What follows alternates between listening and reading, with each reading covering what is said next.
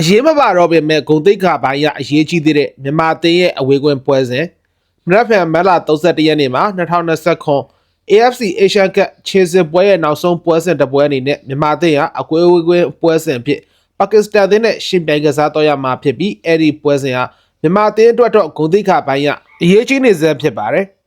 2020အာရှဗလာခြေစစ်ပွဲစဉ်ကိုကြည့်ရင်ဒီပြချုပ်ဦးမျိုးလိုင်ဝင်းကြိုက်တွယ်နေတဲ့မြန်မာလေရွေးစဉ်တင်ရအုပ်စု E မှာဆီးရီးယားအသင်းအာဖဂန်နစ္စတန်အသင်းပါကစ္စတန်အသင်းတွေနဲ့တအုပ်စုတွေကြာရောက်ခဲ့ပြီးမြန်မာအသင်းအနေနဲ့အုပ်စုပွဲစဉ်၅ပွဲရှင်ပြိုင်ကစားပြီးချိန်မှာဆီးရီးယားအသင်းကိုသာနှစ်ပွဲဆက်ရှုံးနေထားပြီးအာဖဂန်နစ္စတန်အသင်းကိုအိမ်ကွင်းရောအဝေးကွင်းမှာပါအနိုင်ရရှိထားသလို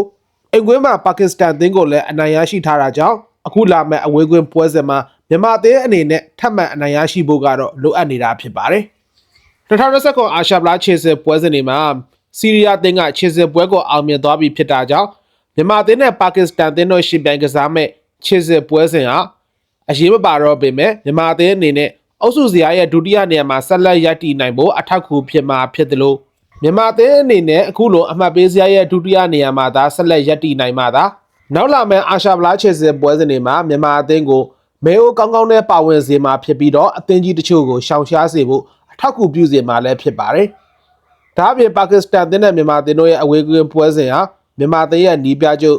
ဦးမျိုးလိုင်ဝင်းအနေနဲ့လည်းမြန်မာအသင်းရဲ့နီးပြချုပ်ဖြစ်နောက်ဆုံးတာဝန်ယူတဲ့ပွဲစဉ်တစ်ပွဲဖြစ်လာနိုင်ခြေရှိတာကြောင့်သူ့အနေနဲ့ရလဒ်ကောင်းနဲ့အဆုံးသတ်နိုင်ဖို့လည်းအကောင်းဆုံးကြိုးစားသွားရမှာဖြစ်ပါတယ်။မြန်မာအသင်းနဲ့ရှင်ပြိုင်ကစားမဲ့ပါကစ္စတန်အသင်းကတော့လက်ရှိကမ္ဘာ့စစ်199မှာရပ်တည်နေတဲ့တောင်အာရှအသင်းတစ်သင်းဖြစ်ပြီးတော့တစ်ချိန်လုံးကတောင်အာရှမှာအောင်မြင်မှုတွေအထိုက်လောက်ရရှိတဲ့အသင်းကောင်းတစ်သင်းဖြစ်ပါတယ်။ဒါပေမဲ့လက်ရှိချိန်မှာပါကစ္စတန်အသင်းရဲ့ဘောလုံးစစ်တမ်းမြန်မာအသင်းအတွက်များစွာနှိမ့်ကျနေလဲရှိပြီးတော့လက်ရှိကျင်းပနေတဲ့2019အာရှဗလာခြေစစ်ပွဲရဲ့အုပ်စုပွဲစဉ်၅ပွဲရှင်းပြိုင်ကစားပြီးချိန်မှာနိုင်ပွဲရရှိထားခြင်းမရှိသေးပဲနှစ်ပွဲတည်း၃ပွဲတိရှုံးနေထားတာကြောင့်အုပ်စုဇယားရဲ့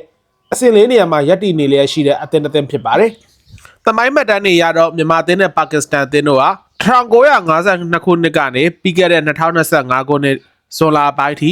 9ကြိမ်ထိတွဲဆုံရှင်ပြိုင်ကစားထားမှုပြီးမှတ်တမ်းတွေရမြန်မာအသင်းက4ကြိမ်ထိအနိုင်ရရှိထားပြီးတော့ပါကစ္စတန်အသင်းက2ကြိမ်အနိုင်ရရှိထားပါတယ်။ဒါပေမဲ့ဦးမျိုးလိုင်ဝဲဦးဆောင်တဲ့မြန်မာအသင်းအနေနဲ့ပါကစ္စတန်အသင်းကိုအိမ်ကွင်းမှာလက်ခံရှင်ပြိုင်ကစားတဲ့ပထမကြော့ပွဲစဉ်တုန်းကခက်ခဲရှင်ပြိုင်ကစားခဲ့ရပြီးကျင်းမြောင်းတဲ့ရလဒ်နဲ့သာအနိုင်ရရှိထားတာကြောင့်အခုရှင်ပြိုင်ကစားရမယ့်ဒုတိယကြော့ပွဲစဉ်ဟာမြန်မာအသင်းအတွက်ပုံမခက်ခဲလာနိုင်ခြေလည်းရှိပါတယ်။